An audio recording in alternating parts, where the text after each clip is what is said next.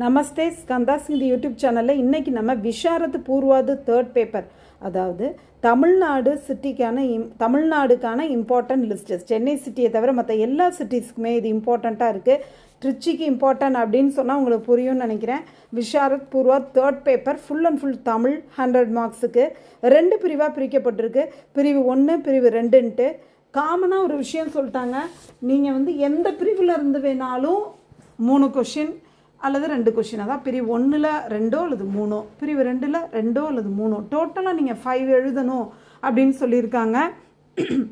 அப்படி பார்க்கும்போது நீங்கள் இந்த பிரிவு 1ல் ஃபுல் அண்ட் ஃபுல் கட்டுரை பகுதியாக இருக்கிறதுனால அதுக்கு நல்லா கான்சன்ட்ரேட் பண்ணி படித்து அதை எழுதும்போது இப்போ ஒரு 4 பேஜஸ்க்கு எழுதுறதுக்கும் அதுக்கு விஷயம் இருக்கும். அதுக்காக நான் சொல்கிறேன். இப்போ நம்ம 20 மார்க்ஸ் ஒரு கட்டுரைக்கு அப்படிங்கையில் நம்ம 4 பேஜஸாவது எழுதணும். அதுக்கு குறைஞ்சு எழுதக்கூடாது. அப்படியே இல்லை நல்ல கருத்துள்ளதாக நான் எழுதியிருக்கேன்னா ஒரு 3 பேஜாவது பேஜஸாவது எழுதணும். அந்த மாதிரி எழுதினா தான் நல்ல மார்க் கிடைக்கும். பிரிவு 2 பொறுத்த வரைக்கும் ஃபஸ்ட்டு கொஷின் இடம் சுட்டி பொருள் விளக்கம். ஒரு 5 இடம் சுட்டி பொருள் விளக்கத்தை கொடுத்துட்றாங்க. அதில் ஏதாச்சும் 4 எழுத சொல்கிறாங்க. ஒன்று வெவ்வேறு போயத்துலேருந்து வந்திருக்குது. அதை ஏதாவது 2 நீங்கள் தப்பாக எழுதிட்டிங்கன்னா அப்படியே அந்த மார்க் போயிடும். அதனால நான் என்ன சொல்கிறேன்னா, இடம் சுட்டி பொருள் விளக்கமே டச் பண்ணாமலே நல்ல மார்க் எடுக்க முடியும். இப்போ கட்டுரையில் 3 எழுதிடுறீங்க.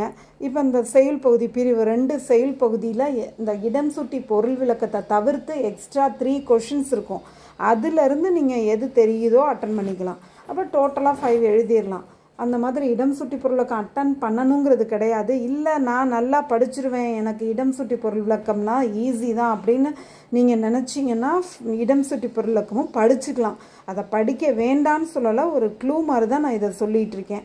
ஸ்பெல்லிங் மிஸ்டேக் இல்லாமல் எழுதணும், அதுதான் ரொம்ப முக்கியம். ஸ்பெல்லிங் மிஸ்டேக் இல்லாமல் எழுதும்போது தான் நல்ல மார்க் எடுக்க முடியும். இப்போ பிரிவு 1ல் இம்பார்ட்டன்ட் என்னென்னு பார்க்கலாம். இந்த கட்டுரை பகுதியை பொறுத்த வரைக்கும் ஒரு 10 கட்டுரைகள் இருக்குது. நான் ஒரு 5 தான் உங்களுக்கு இம்பார்ட்டண்ட்டாக சொல்லியிருக்கேன். இலக்கிய கரும்பு, மதுரை மாநகர், காவிரி, எல்லாம் இன்பமயம், நகைச்சுவை, இந்த 5 கொஷின்ஸும் இந்த 5 கட்டுரையும் ரொம்ப இம்பார்ட்டண்ட்டாக இருக்குது. பிரிவு 2ல் இடம் சுட்டி பொருள் விளக்கத்தை தான் நான் படிக்க வேண்டியது இல்லைன்னு நான் சொல்கிறேன். அதுக்கு மேலே உங்கள் இஷ்டம். செகண்ட் ஒன் தேசம் 1 தேசியம் 1. தேர்டு ஒன் காலமேக புலவரின் கவிமலர்கள். ஃபோர்த் ஒன் குற்றால குறவஞ்சியில் திரிகூட ராசப்ப கவிராயர் கூறிய கருத்துக்கள். முக்கூடர் பள்ளியில் மூத்த பள்ளி மற்றும் இளைய பள்ளிக்கும் இடையில் நடக்கும் உரையாடல் 5th கொஷின். 6th அப்பூதியடிகள் நாவுக்கரசரிடம் கொண்டிருந்த அன்பினை விளக்குக. 7th சீதை அனுமன் சந்திப்பு காட்சியினை தொகுத்து எழுதுக. 8th சொல்வன்மை பற்றி வள்ளுவர் என்ன கூறுகிறார். 9th கண்ணகி பாண்டியன் சபையில் வழக்குரைத்த நிகழ்வை எழுதுக. நான் சொன்ன இம்பார்ட்டன்ஸை படிக்கும்போது நிச்சயமாக நம்ம அட்டன் பண்ணுற மாதிரி வந்துடும்.